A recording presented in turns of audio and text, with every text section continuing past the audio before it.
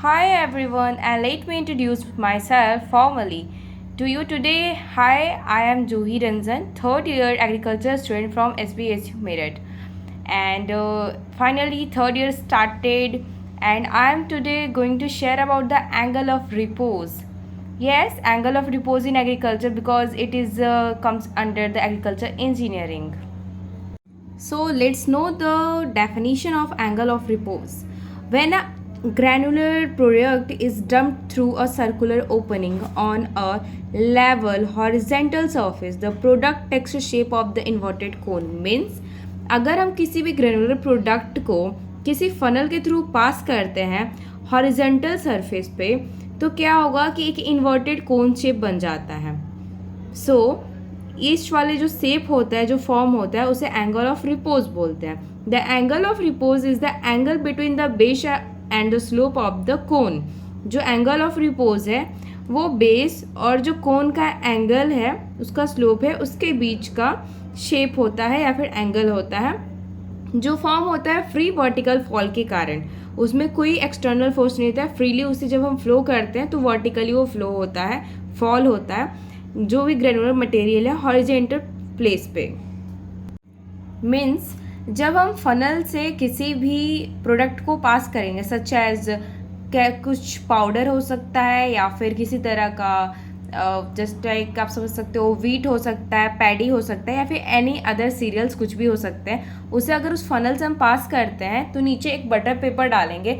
Butter paper के ऊपर जब वो उस फनल से फ्लो होकर आएगा वो प्रोडक्ट, उसके बाद में वो एक अपना हॉरिजेंटल प्लेन रहता है, उस प्लेन के ऊपर एक पाइल फॉर्म करेगा. मीन्स एक बोल सकते हैं हिप टाइप का फॉर्म करेगा.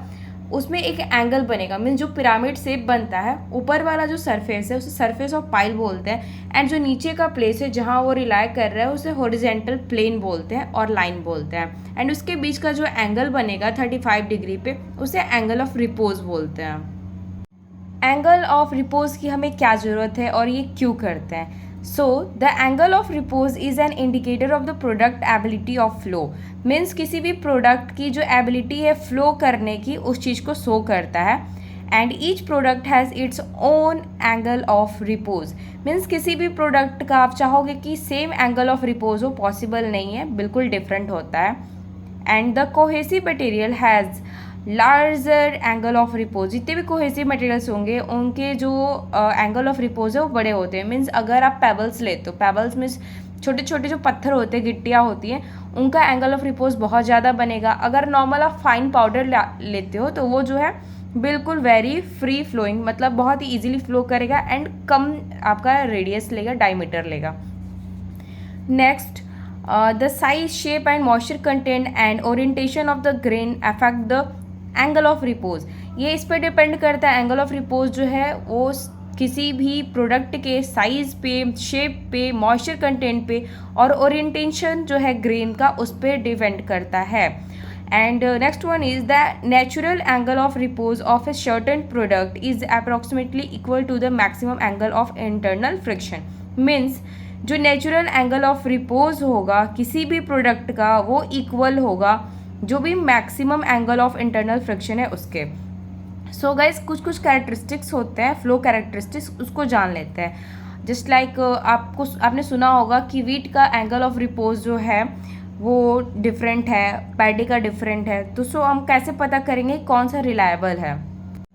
सो वीट का होता है 23 to 28, पैडी का 30 to 45, मेज का 30 to 40 angle of repose, barley का 28 to 40, मिलेट्स का 20 to 25, राई का होता है 23 to 28. सो अब जानते हैं कि इसमें से किसका फ्लो अच्छा है एंड कौन सा कोहेसिव है. सो गाइज अगर हम बात करें फ्लो कैरेक्टरिस्टिक्स की, तो जिसका वेरी फ्री फ्लोइंग है, मीन्स 25 to 30 जिसका एंगल ऑफ रिपोज बन रहा है, वो बहुत ही ज़्यादा फ्रीली फ्लो हुआ है, means very free flowing. Next है फ्री फ्लोइंग, जिसका कि 30 to 38 होगा angle of repose. Then fair flowing है 38 to 45. कोहेसिव और नॉन ईजी फ्लोइंग है 45 to 55. वेरी कोहेसिव की बात करें तो बियॉन्ड 55. सो गाइज अब बात करते हैं types of angle of repose. जो एंगल ऑफ रिपोज है उसके दो टाइप होते हैं. First static angle of repose and second dynamic angle of repose. Static angle of repose में वही फनल वाला सिस्टम रहेगा जिससे कि पिरामिड वाला जो शेप बन रहा था, पाइल बन रहा था, वो बनेगा. It is the angle of friction taken up by a granular solid about to slide upon itself. Means ये जो फ्रिक्शन होगा एंगल के बीच में, इसमें जो ग्रैनुअल सॉलिड्स है वो एक के ऊपर एक गिरेंगे, स्लाइड होके ये एक अपना पाइल शेप बनाएंगे. And dynamic angle of repose की बात करेंगे. It is the angle of friction, ये भी एंगल ऑफ फ्रिक्शन है which is taken up by the granular solid, जिसे कि ग्रैनुलर सॉलिड्स के थ्रू हम लेते हैं. About to slide upon itself when it is in the motion, ये स्लाइड होता है जब ये मोशन में होता है उसी वक्त में. And the dynamic angle of repose is more important than static angle of repose. And जो डायनेमिक एंगल ऑफ रिपोज है वो ज़्यादा ही इम्पॉर्टेंट है rather than static angle of repose के. सो गाइज इससे रिलेटेड मैं जो भी इसके अंदर आएंगे टर्म्स आएंगे या फिर जो भी डायग्राम्स होंगे मैं उसे भी ऐड कर दूँगी. Thanks for watching. Love you all. Bye. See you soon next video.